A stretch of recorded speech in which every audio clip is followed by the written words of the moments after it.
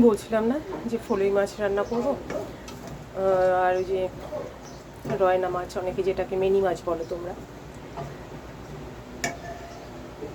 ফলুই মাছও নিয়ে এসেছিলো। আমি যেহেতু বড় কাতলা রুইগুলো এখন খেতে পারি না, ভালো লাগে না খেতে, তো সেই জন্য আমি বলি যে আমার জন্য একটুখানি ছোটোখাটো মাছ বা অন্য যে কোনো মাছ নিয়ে এসো, রুই কাতলা বাদ দিয়ে।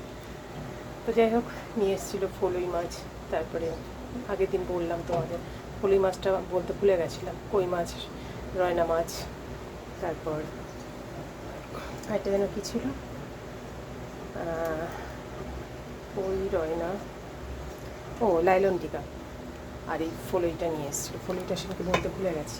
তো দেখো আমি আজকে এই রান্নাটা করছি, ফলুই মাছ আর কিছু 4-5টা মতো 6টার মতো রয়না মাছ দিয়ে আমি একসাথেই ঝোল করবো, কারণ আমার হাজব্যান্ড আবার খেতে চায় না, ফলুই মাছটা প্রচণ্ড কাটা, তো ওর জন্য 6 পিস মাছ দিয়ে করে দিচ্ছি।